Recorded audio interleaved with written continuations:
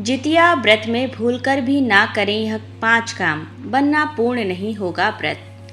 जितिया व्रत, जिसे जीवित पुत्र का व्रत के नाम से भी जाना जाता है, माताओं द्वारा अपने बच्चों की लंबी उम्र और खुशहाली के लिए मनाया जाने वाला एक महत्वपूर्ण और अत्यधिक पूजनीय व्रत अनुष्ठान है। जितिया व्रत मुख्य रूप से बिहार, झारखंड और उत्तर प्रदेश और नेपाल के कुछ हिस्सों में मनाया जाता है। यह 3 दिवसीय त्योहार है, जिसमें सख्त उपवास, प्रार्थना और विभिन्न परंपराओं का पालन किया जाता है। जितिया व्रत 3 दिनों तक चलने वाला बेहद खास पर्व है, जिसकी शुरुआत नहाय खाए निर्जला व्रत और तीसरे दिन पारण के बाद समाप्त होती है। इस वर्ष की जितिया व्रत का नहाय खाए मंगलवार 24 सितंबर को है, जबकि निर्जला व्रत बुधवार 25 सितंबर को रखा जाएगा। व्रत का पारण गुरुवार 26 सितंबर को है। यह व्रत बहुत नियम धर्म के साथ माताएं अपने बच्चों की लंबी उम्र के बेहद स्वास्थ्य और सुखी जीवन के लिए रखती हैं। यह व्रत अत्यधिक चुनौतीपूर्ण माना जाता है, क्योंकि इसमें 24 घंटे का निर्जला व्रत शामिल होता है। व्रत को पूर्ण और प्रभावी मानने के लिए कुछ नियम और निषेध हैं, जिनका महिलाओं को पालन करना चाहिए। यहाँ 5 चीजें हैं जो जितिया व्रत के दौरान कभी नहीं करनी चाहिए, क्योंकि कोई भी चूक व्रत को अधूरा बना सकती है। जितिया व्रत का सबसे महत्वपूर्ण नियम सख्त निर्जल व्रत रखना है, जिसका अर्थ है व्रत की शुरुआत से लेकर उसके पूरा होने तक बिना भोजन और पानी के, थोड़ी मात्रा में भोजन या 1 घूंट पानी का सेवन भी व्रत का उल्लंघन माना जाता है। जितिया व्रत अत्यंत भक्ति और ईमानदारी के साथ मनाया जाता है। यह व्रत अपने बच्चों की भलाई के लिए माँ के समर्पण और बलिदान का प्रतीक है। भोजन या पानी का सेवन करके निर्जला व्रत तोड़ने से इसके आध्यात्मिक लाभ समाप्त हो जाते हैं और इसे अधूरा माना जा सकता है। जितिया व्रत के पहले दिन, नहाय खाए के दिन, जब भक्त व्रत शुरू होने से पहले भोजन करते हैं, तो सात्विक अर्थात शुद्ध भोजन तैयार करना आवश्यक होता है। लहसुन, प्याज और कोई भी मांसाहारी वस्तुएं सख्त वर्जित हैं। केवल सात्विक भोजन जैसे अरवा चावल, नौनी का साग, मड़वा की रोटी और अन्य शुद्ध वस्तुओं की अनुमति है। लहसुन, प्याज और अन्य गैर सात्विक भोजन तामसिक प्रकृति के माने जाते हैं और शरीर और दिमाग में अशुद्धियां पैदा कर सकते हैं। शुद्धता और पवित्रता बनाए रखने के लिए केवल सात्विक भोजन की अनुमति है। माना जाता है कि तामसिक भोजन का सेवन व्रत के आध्यात्मिक महत्व को कम कर देता है और इससे बचना चाहिए। जितिया व्रत के दौरान मन की सकारात्मक, शांत और शांतिपूर्ण स्थिति बनाए रखना महत्वपूर्ण है। नकारात्मक बातचीत, गपशप, बहस या किसी भी प्रकार के संघर्ष में शामिल होने को सख्ती से हतोत्साहित किया जाता है। व्रत केवल शारीरिक उपवास नहीं है, बल्कि मानसिक और आध्यात्मिक अनुशासन का भी समय है। उपवास के आध्यात्मिक लाभ तब बढ़ जाते हैं जब कोई व्यक्ति शुद्ध और शांतिपूर्ण मन बनाए रखता है।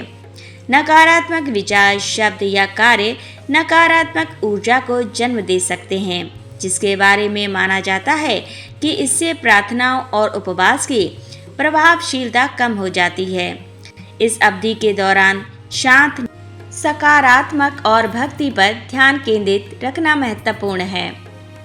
जितिया व्रत रखने वाली महिलाओं के लिए एक महत्वपूर्ण नियम दिन के दौरान सोने से बचना है, खासकर निर्जला व्रत के दिन। यह दिन आराम या नींद के बजाय भक्ति, प्रार्थना और ध्यान के लिए है। उपवास संक्षेप में आत्मनियंत्रण और आध्यात्मिक अनुशासन के बारे में है।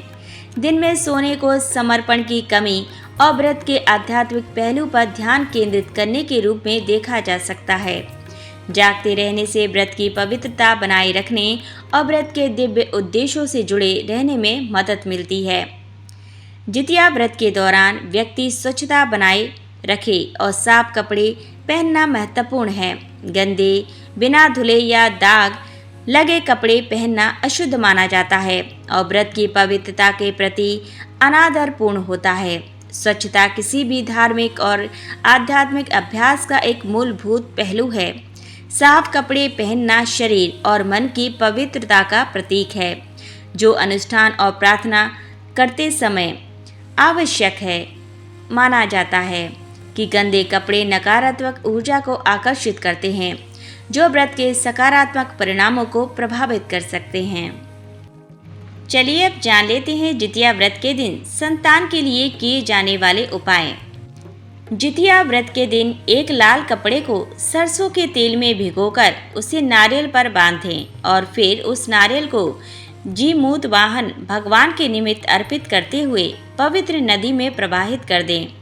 नारियल को प्रवाहित करते समय संतान की उन्नति की कामना अवश्य करें।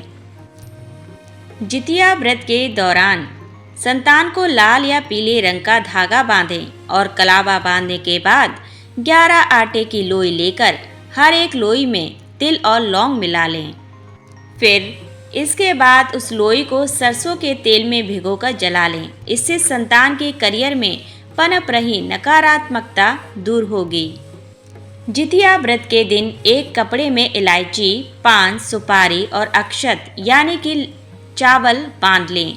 इसके बाद उस कपड़े को कलावे से बांधें और 16 गांठ लगाएं।